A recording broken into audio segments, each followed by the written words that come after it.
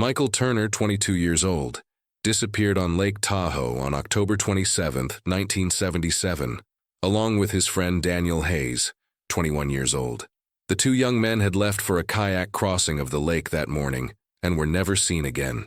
According to police records, Turner was a geology student at the University of Nevada and worked part-time at Mountain Peak Sports Outdoor Equipment Store, located on South Lake Tahoe Boulevard.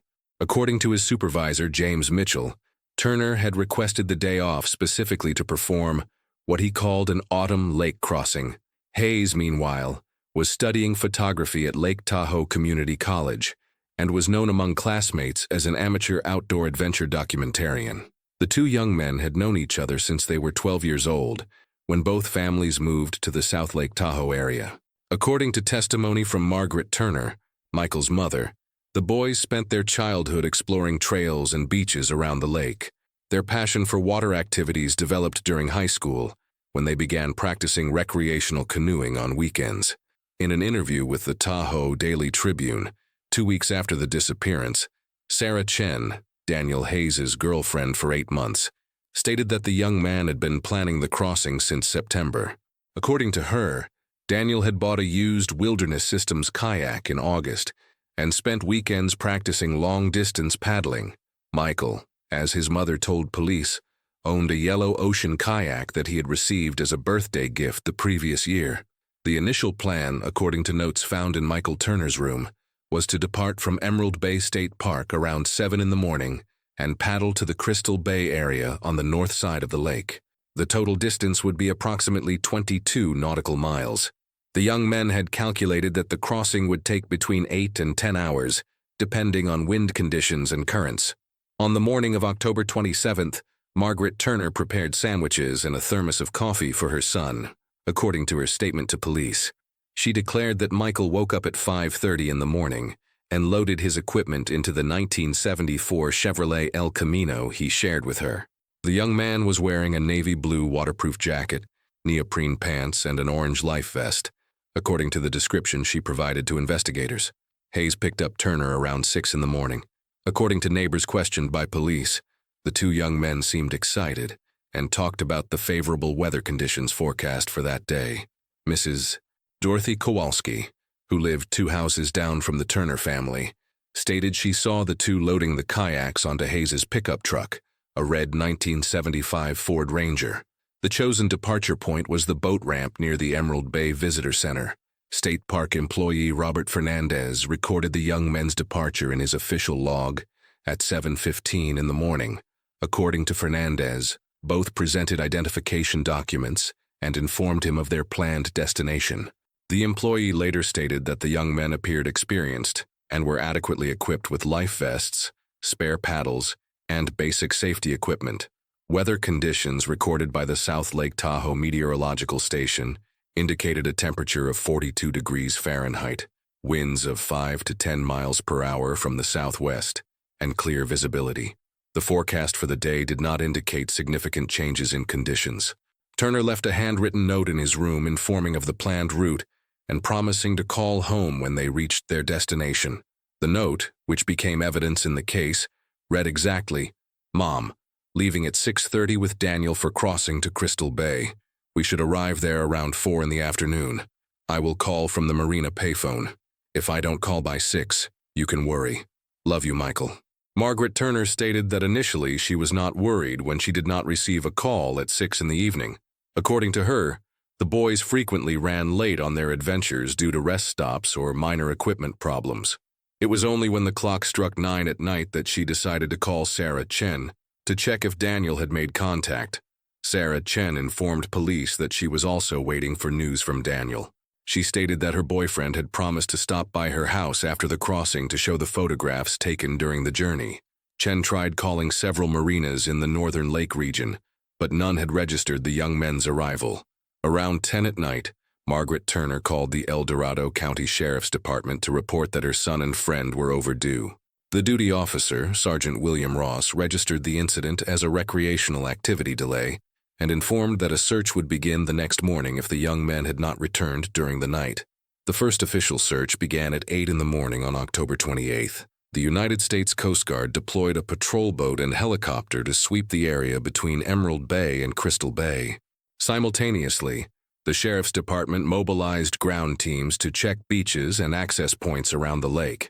During the first 3 days of searches, teams covered approximately 80% of Lake Tahoe's surface. The Coast Guard helicopter flew systematic search patterns, while patrol boats checked coves and near-shore areas. Divers were deployed to points considered most probable, including areas near submerged rock formations. Captain James Morrison, commander of the Coast Guard search operation, told the press that lake conditions on the day of disappearance were ideal for kayaking.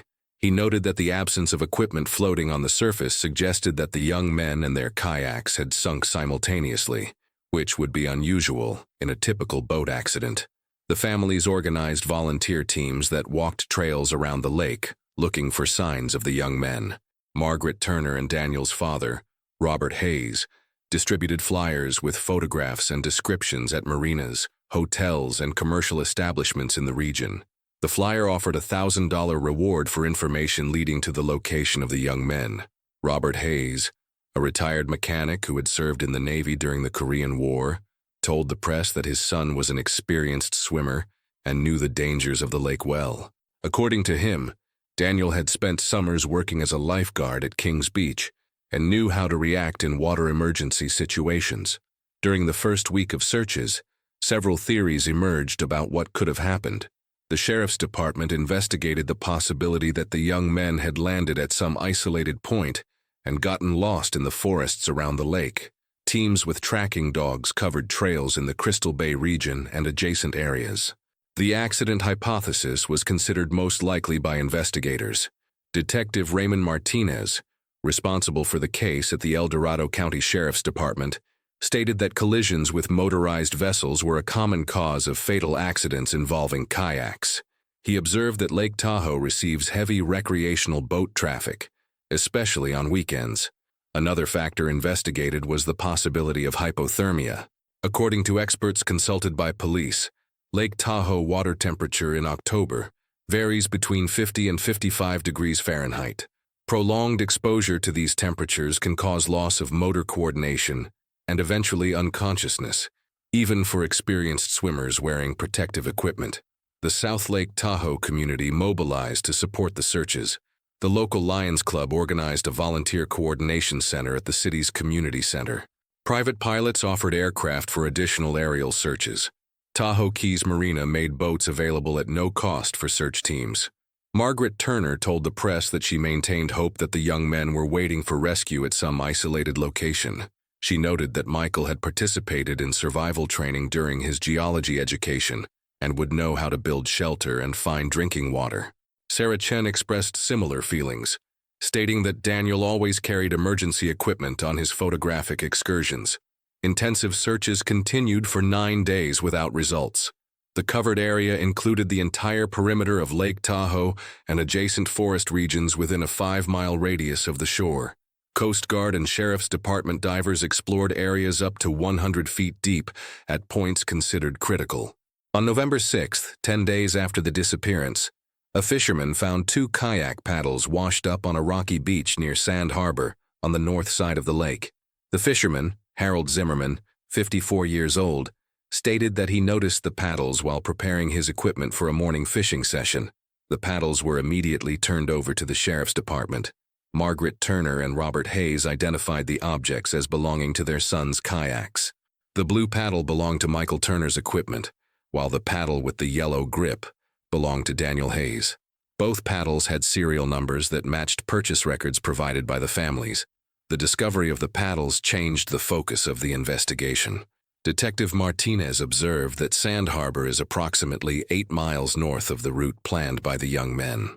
Lake Tahoe currents generally move clockwise, which could explain how the paddles reached that location after 10 days in the water.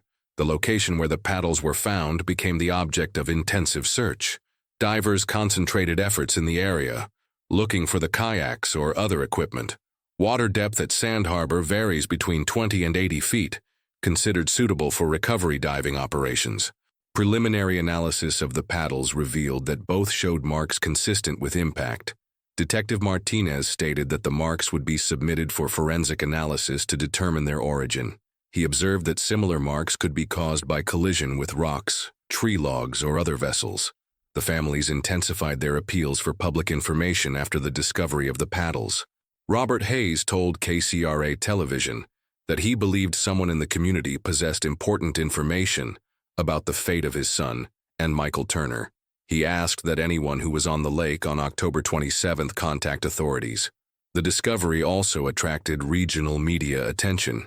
The Sacramento Bee published a front-page article about the case, including photographs of the young men and a map showing the planned route and the location where the paddles were found. The article cited statistics indicating that Lake Tahoe had recorded 12 water activity-related fatalities in the previous 5 years. Margaret Turner established a direct contact phone at her residence to receive information about the case. She stated receiving up to 20 calls per day, including offers of help from psychics and claims of sightings of the young men in various locations in California and Nevada. All information was passed to the Sheriff's Department for investigation. Searches continued with focus on the Sand Harbor area and adjacent regions. The Coast Guard deployed divers specialized in deep water operations to explore areas up to 200 feet deep.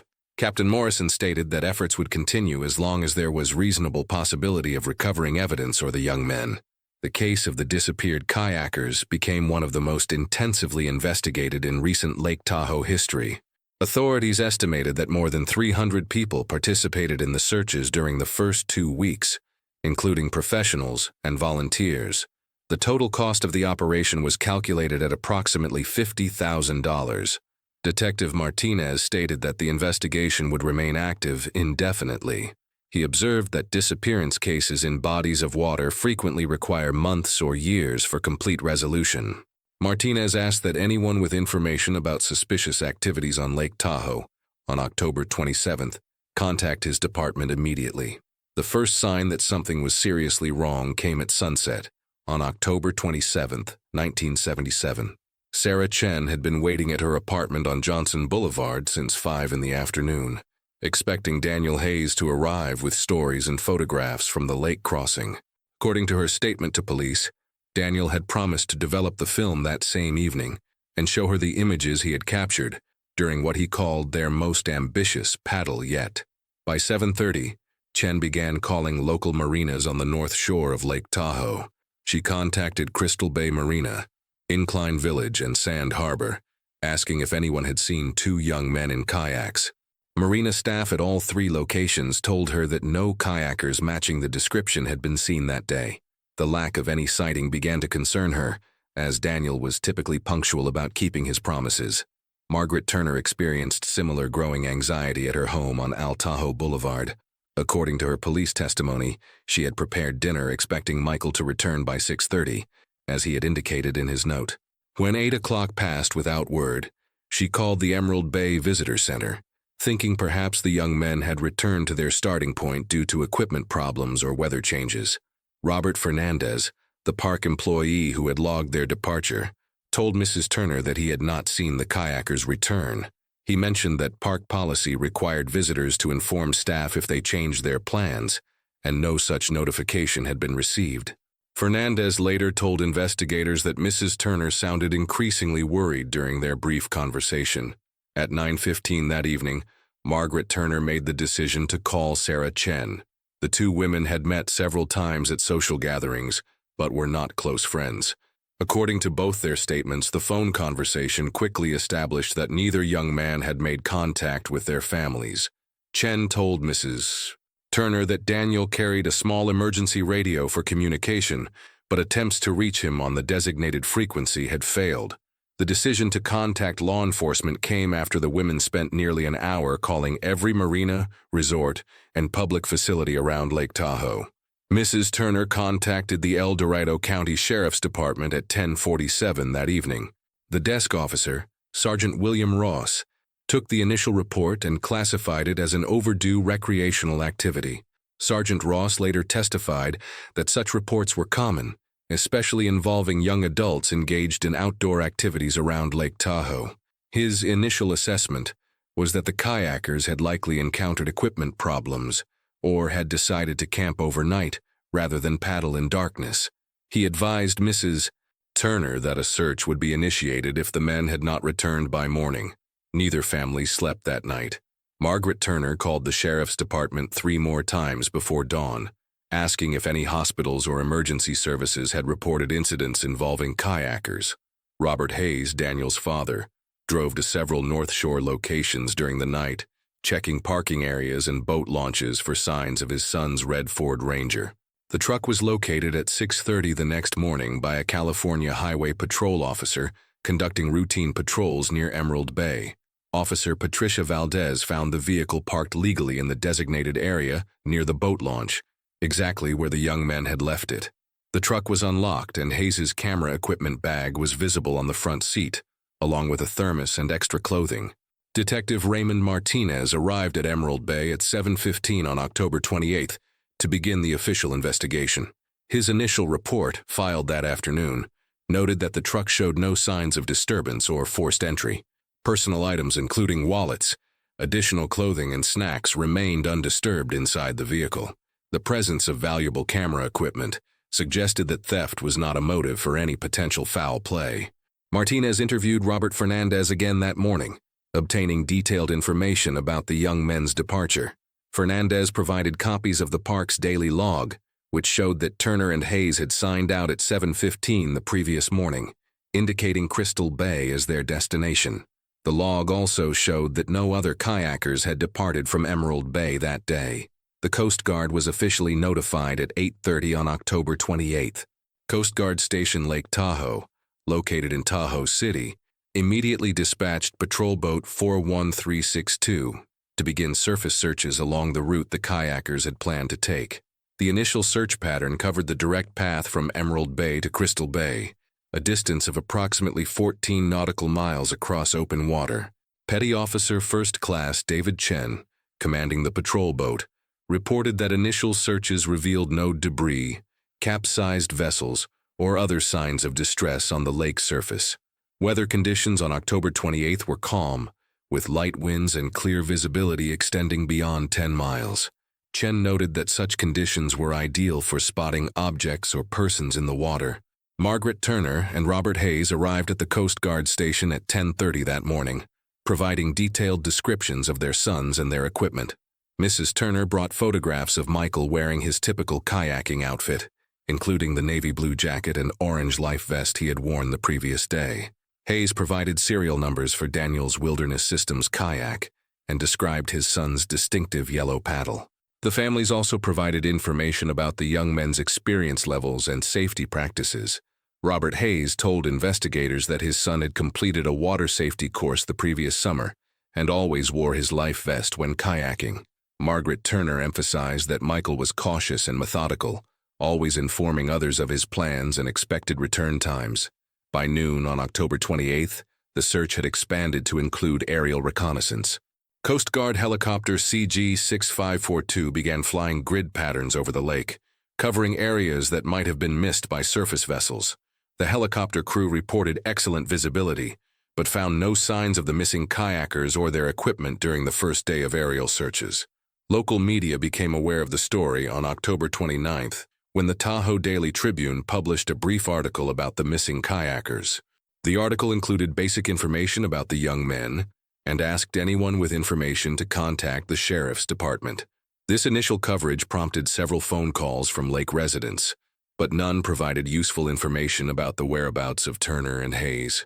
The search effort intensified on October 30th, the third day after the disappearance. Additional Coast Guard personnel arrived from stations in San Francisco and Alameda to assist with the operation. The expanded search team included specialized divers trained in deep water recovery operations, reflecting the growing concern that the kayakers might have drowned. Captain James Morrison assumed command of the overall search operation on October 30th. His first briefing to assembled searchers and family members outlined the statistical realities of water rescue operations. Morrison explained that survival time in Lake Tahoe's cold water was limited, and that after 72 hours, the operation would likely transition from rescue to recovery. The captain's assessment was based on water temperature readings of 52 degrees Fahrenheit and weather records from October 27th. According to Coast Guard survival charts, even persons wearing life vests and protective clothing could succumb to hypothermia within 6 to 8 hours in such conditions. Morrison emphasized, however, that searches would continue as long as any possibility of survival remained. Community response began to organize on October 31st, as local residents learned more details about the missing young men. The South Lake Tahoe Chamber of Commerce established a volunteer coordination center at the community center on Rufus Allen Boulevard. More than 50 local boat owners offered their vessels for search operations, creating the largest civilian search effort in Lake Tahoe's recent history. Sarah Chen organized a group of Daniel's classmates and friends to conduct land-based searches along the shoreline. The group systematically walked beaches and rocky areas on both the California and Nevada sides of the lake, looking for any signs that the kayakers might have reached shore. Chen later told reporters that the group covered more than 30 miles of shoreline during the first week of searches. Margaret Turner worked with local print shops to produce missing person flyers that were distributed throughout the Lake Tahoe basin.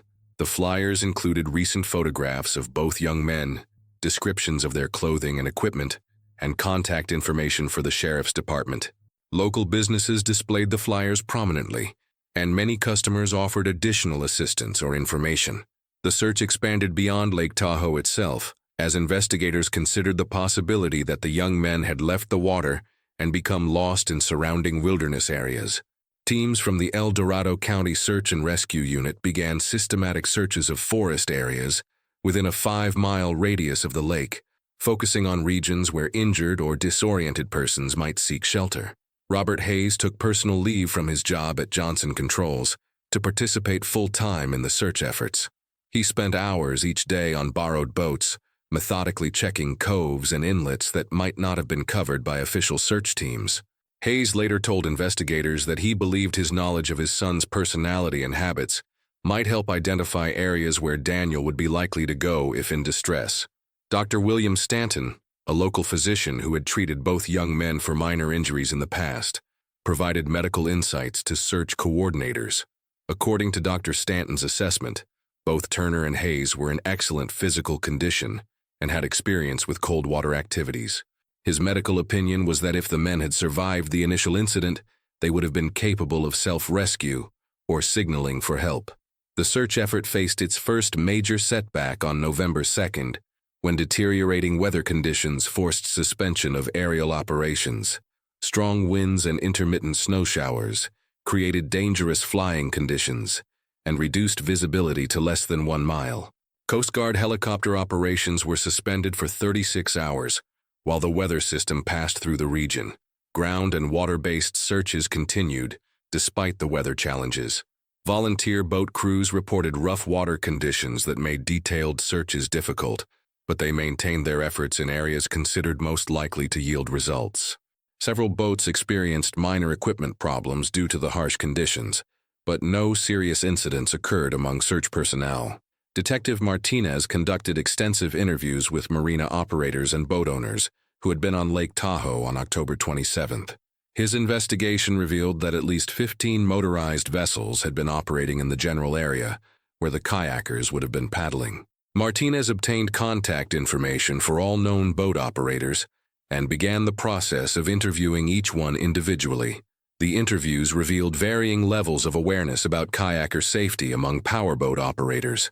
Several boat owners admitted to Detective Martinez that they had not been actively watching for small watercraft while operating their vessels. This information concerned investigators, as it suggested that a collision between a powerboat and the kayaks might have occurred without the boat operator's knowledge. Local news coverage expanded significantly during the first week of November, as television stations from Sacramento and Reno sent crews to cover the story.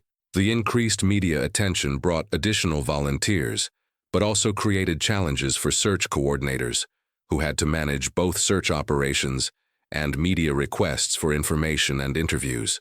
Margaret Turner appeared on KCRA television on November 4th, making an emotional appeal for information about her son and Daniel Hayes.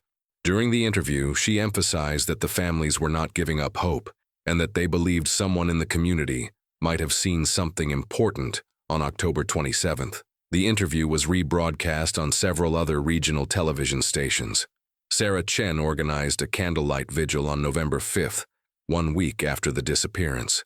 More than 200 people gathered at Emerald Bay State Park to show support for the families and to maintain public awareness of the ongoing search.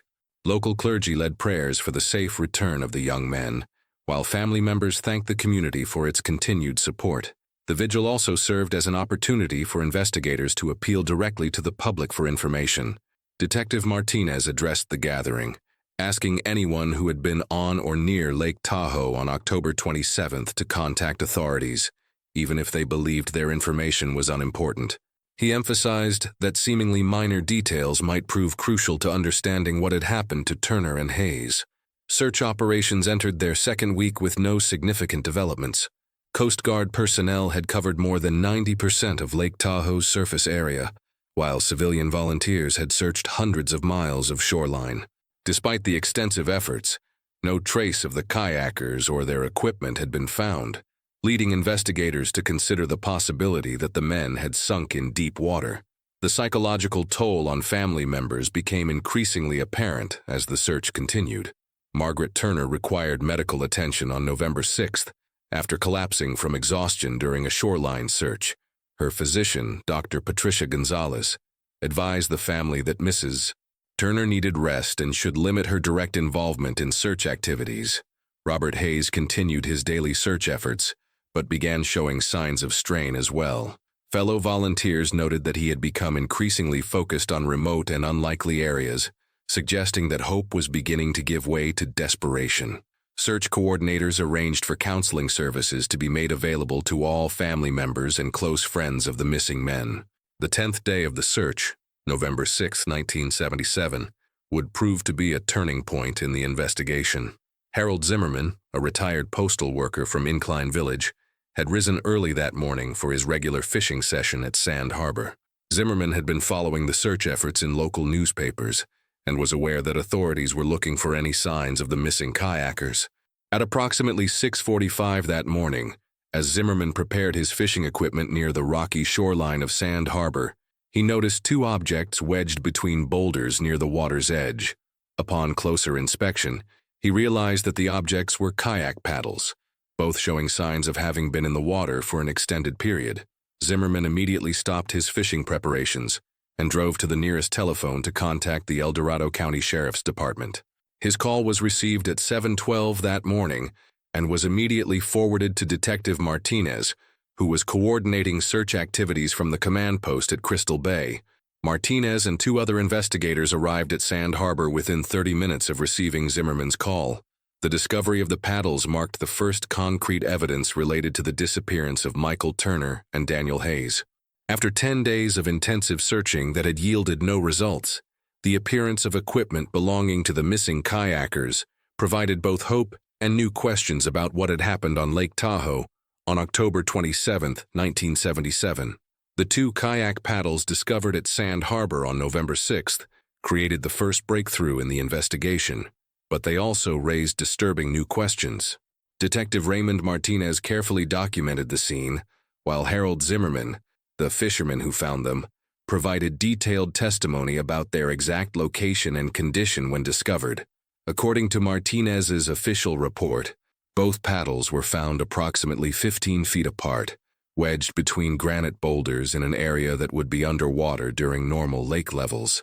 The positioning suggested they had been deposited by wave action over several days, rather than being deliberately placed. Zimmerman told investigators he was certain the paddles had not been there during his previous fishing trip 3 days earlier. Margaret Turner and Robert Hayes were contacted immediately and asked to come to Sand Harbor for identification. Both parents confirmed that the paddles belonged to their sons. Mrs. Turner identified the blue aluminum paddle with tape wrapped around the grip as belonging to Michael's equipment. Hayes recognized the yellow fiberglass paddle as one he had helped Daniel purchase at a sporting goods store in Reno the previous month. The location of the discovery puzzled investigators. Sand Harbor sits approximately 8 miles northeast of Crystal Bay, which had been the young men's stated destination. Detective Martinez noted that Lake Tahoe's currents typically moved in a clockwise pattern, which could explain how objects entering the water near Crystal Bay might eventually wash ashore at Sand Harbor after several days. More concerning to investigators was the condition of both paddles. Martinez's initial examination revealed multiple scratches and gouges on both implements that appeared fresh, rather than the result of normal wear or extended time in the water.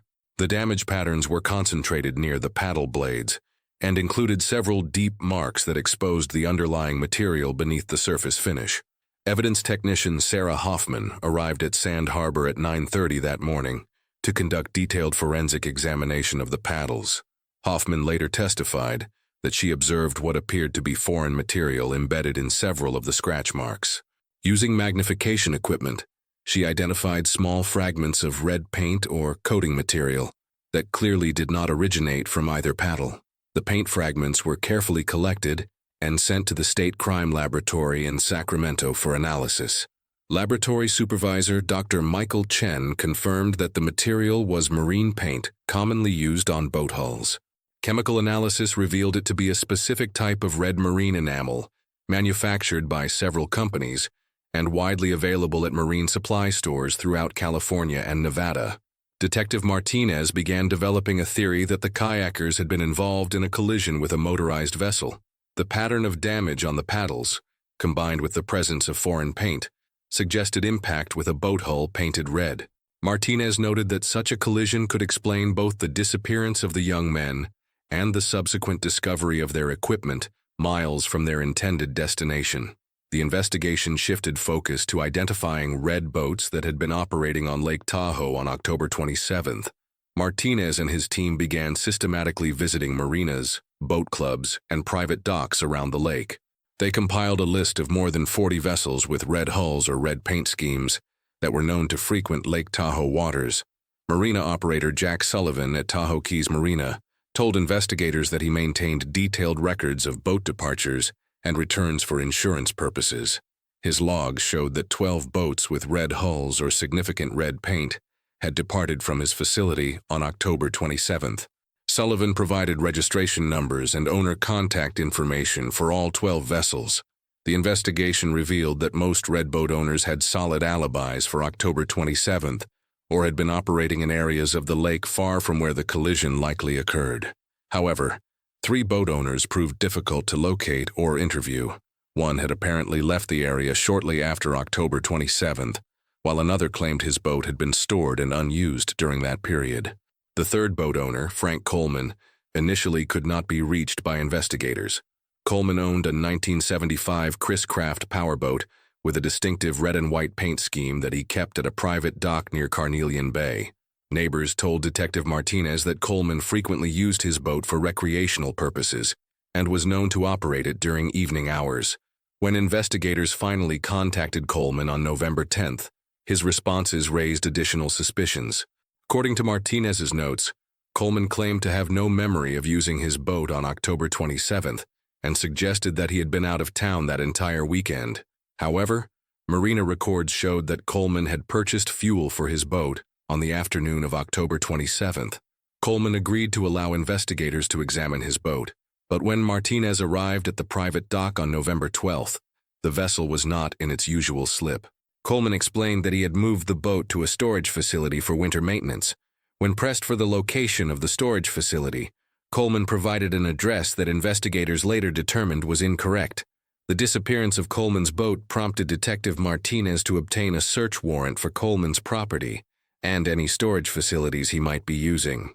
The warrant was executed on November 15th, but the boat was not found at Coleman's residence or at any of the commercial storage facilities in the Lake Tahoe area. Meanwhile, forensic analysis of the paint samples from the paddles continued to provide important clues. Laboratory technicians determined that the red paint contained specific chemical markers that matched formulations used by marine paint manufacturers between 1972 and 1976. This information helped narrow the search to boats painted during that specific time period. Dr. Chen also identified microscopic metal particles embedded in the paint samples. These particles appeared to be aluminum, consistent with the material used in kayak paddles. The presence of aluminum particles suggested that the collision had been forceful enough to cause metal transfer from the paddles to the boat hull. Sarah Chen organized additional volunteer searches focused on the Sand Harbor area where the paddles had been discovered. She coordinated with local diving clubs to conduct underwater searches in the hope of finding the kayaks themselves or other equipment. The volunteer divers covered areas up to 60 feet deep, but found no additional evidence. Robert Hayes hired a private investigator, former police detective William Morrison, to assist with the search for his son. Morrison's independent investigation focused on tracking down Frank Coleman and his missing boat. Using contacts in the boating community, Morrison learned that Coleman had a history of alcohol-related incidents and had been involved in at least 2 previous boating accidents. Morrison's investigation revealed that Coleman had been arrested for drunk driving 3 times in the previous 5 years and had lost his driver's license twice. Marina employees at several locations around Lake Tahoe told Morrison that Coleman was known for operating his boat while intoxicated and had been involved in verbal altercations with other boaters. On November 18th, a breakthrough came from an unexpected source. Betty Rodriguez, who worked as a waitress at a restaurant near Carnelian Bay, contacted Detective Martinez after seeing Coleman's photograph in a newspaper article about the investigation. Rodriguez told investigators that Coleman had been a regular customer at her restaurant and had made disturbing comments about the missing kayakers. According to Rodriguez's statement, Coleman had visited the restaurant on the evening of November 8th, approximately 2 weeks after the kayakers disappeared. During conversation with other customers about the ongoing search, Coleman had made remarks suggesting that the young men were probably drunk and had gotten what they deserved for being careless on the water. Rodriguez told investigators that Coleman's comments had struck her as unusually callous and that he seemed to know details about the incident that had not been reported in the media. She also noted that Coleman appeared nervous and agitated during the conversation, which was unusual for someone she described as normally confident and talkative. Detective Martinez arranged for Rodriguez to work with a police artist to create a composite sketch of Coleman from her memory. The resulting image was distributed to law enforcement agencies throughout California and Nevada, along with a description of Coleman's boat and a request for any information about his whereabouts. The investigation took another significant turn on November 20th, when maintenance workers at a marina near Incline Village discovered a powerboat partially submerged in a remote section of the facility. The boat matched the description of Coleman's Chris Craft and bore registration numbers that confirmed its identity. However, the vessel showed signs of having been deliberately damaged in an apparent attempt to sink it. Marina Supervisor Tom Walsh told investigators that the boat had not been in that location the previous week and must have been moved there recently. The boat was positioned in an area of the marina that was rarely used and would not have been visible to casual observers. Walsh said that someone would have needed detailed knowledge of the marina layout to choose such a secluded hiding spot. Examination of Coleman's boat revealed extensive damage to the bow area, including deep scratches and gouges that appeared consistent with the damage pattern found on the kayak paddles. Most significantly, forensic technicians found traces of blue and yellow paint embedded in the damaged areas of the boat hull, colors that match the kayaks, owned by Turner and Hayes. Detective Martinez obtained additional search warrants for Coleman's residence and personal property. The search revealed that Coleman had hastily packed and left his house, leaving behind personal items and important documents. Neighbors told investigators that they had seen Coleman loading items into his truck during the night of November 15th, shortly after news reports about the investigation had mentioned his boat.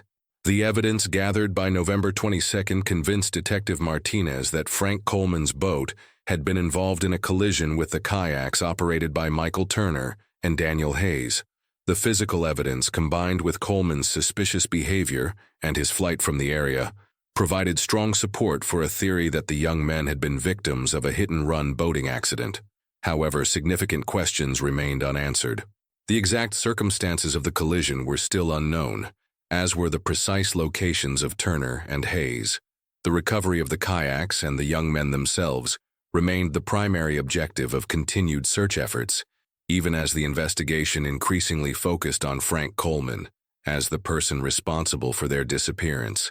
Frank Coleman was located and arrested on November 28, 1977, at a motel in Carson City, Nevada, where he had been staying under a false name. Detective Martinez, working with Nevada State Police, found Coleman after tracing credit card transactions and following tips from the public who had seen his photograph in newspapers across the region. During his initial interrogation, Coleman maintained his innocence and claimed he had left the Lake Tahoe area for unrelated personal reasons. However, when confronted with the physical evidence from his boat and the testimony of witnesses, Coleman's story began to fall apart. Detective Martinez later described Coleman as appearing increasingly agitated as the evidence was presented to him. The breakthrough came on November 30th, when Coleman's attorney advised him to cooperate with investigators in exchange for reduced charges. According to the confession statement recorded by Detective Martinez, Coleman admitted to operating his boat while intoxicated on the evening of October 27th and colliding with the two kayakers in the darkness near Crystal Bay. Coleman told investigators that he had been drinking at a tavern in Tahoe City for several hours before deciding to take his boat out around 7:30 that evening. He stated that visibility was poor due to fading daylight and that he had not seen the kayakers until the moment of impact. The collision occurred approximately 2 miles offshore from Crystal Bay in water depths exceeding 400 feet. According to Coleman's statement, both kayakers were thrown into the water by the impact and their kayaks were severely damaged. Coleman claimed he attempted to rescue the young men, but was unable to locate them in the darkness. Panicked and intoxicated, he made the decision to flee the scene rather than report the accident to authorities. Coleman told investigators that he had returned to shore and hidden his damaged boat at an abandoned dock near Carnelian Bay. Over the following days, he attempted to repair the damage himself, but realized that the evidence of the collision was too obvious to conceal. He then decided to sink the boat and leave the area, hoping the incident would be classified as a disappearance rather than a criminal matter. The confession provided answers to many questions that had puzzled investigators, but it also confirmed the family's worst fears about the fate of Michael Turner and Daniel Hayes. Coleman's description of the collision location, combined with Lake Tahoe's extreme depths, made it unlikely that the young men's bodies would ever be recovered. District Attorney Patricia Williams announced on December 5th that Coleman would be charged with 2 counts of vehicular manslaughter and leaving the scene of an accident. Williams told reporters that while the case was tragic, Coleman's eventual cooperation with investigators had helped provide closure for the families of the victims. Margaret Turner told the Tahoe Daily Tribune that while she was grateful to finally know what had happened to her son, the knowledge brought little comfort. She criticized Coleman for his initial attempts to cover up the accident and stated that his decision to flee rather than attempt a proper rescue might have cost both young men their lives. Robert Hayes expressed similar sentiments, telling reporters that Coleman's actions after the collision were as devastating as the accident itself. Hayes noted that if Coleman had immediately contacted authorities, search and rescue teams might have been able to locate the young men while they were still alive in the water. Sarah Chen organized a memorial service for Daniel Hayes and Michael Turner on December 12, 1977, at the shoreline of Emerald Bay, where their journey had begun. More than 300 people attended the service, including many volunteers who had participated in the search efforts. The families announced the establishment of a water safety foundation in memory of the 2 young men. Frank Coleman pleaded guilty to all charges on January 15, 1978, and was sentenced to 6 years in state prison. Judge Robert Anderson noted during sentencing that Coleman's decision to flee the scene and conceal evidence had greatly compounded the tragedy and added immeasurable suffering to the families of the victims. The case led to significant changes in boating safety regulations around Lake Tahoe. New requirements mandated that all powerboat operators complete safety courses and that boats operating during evening hours carry additional lighting equipment. The local sheriff's department also increased patrols during peak recreational boating periods. The bodies of Michael Turner and Daniel Hayes were never recovered from Lake Tahoe's depths. Marine experts explained that the lake's extreme depth and cold temperatures could preserve remains indefinitely, but that recovery from depths exceeding 400 feet was beyond the capabilities of available diving technology. A permanent memorial was installed at Emerald Bay State Park in 1979, featuring 2 bronze kayak paddles mounted on a granite base. The memorial includes a plaque dedicating the site to Turner and Hayes, and serves as a reminder of the importance of water safety for all Lake Tahoe visitors. The case remained one of the most extensively covered news stories in Lake Tahoe's history, and was credited with raising awareness about the dangers of impaired boating. Coleman was released from prison in 1983 after serving 5 years of his sentence, but he never returned to the Lake Tahoe area. Margaret Turner and Robert Hayes both became advocates for boating safety legislation and worked with state officials to strengthen penalties for boat operators who flee accident scenes. Their efforts contributed to passage of enhanced hit-and-run boating laws in both California and Nevada during the early 1980s. The Lake Tahoe community's response to the tragedy demonstrated both the dangers inherent in the area's recreational activities and the strength of local solidarity when faced with crisis. The extensive volunteer search effort and ongoing support for the families became a model for future emergency response efforts in the region. Decades later, the story of Michael Turner and Daniel Hayes continues to serve as a cautionary tale about water safety and personal responsibility. Their memory lives on through the safety programs established in their honor and the memorial that overlooks the waters where their final adventure began on that autumn morning in 1977.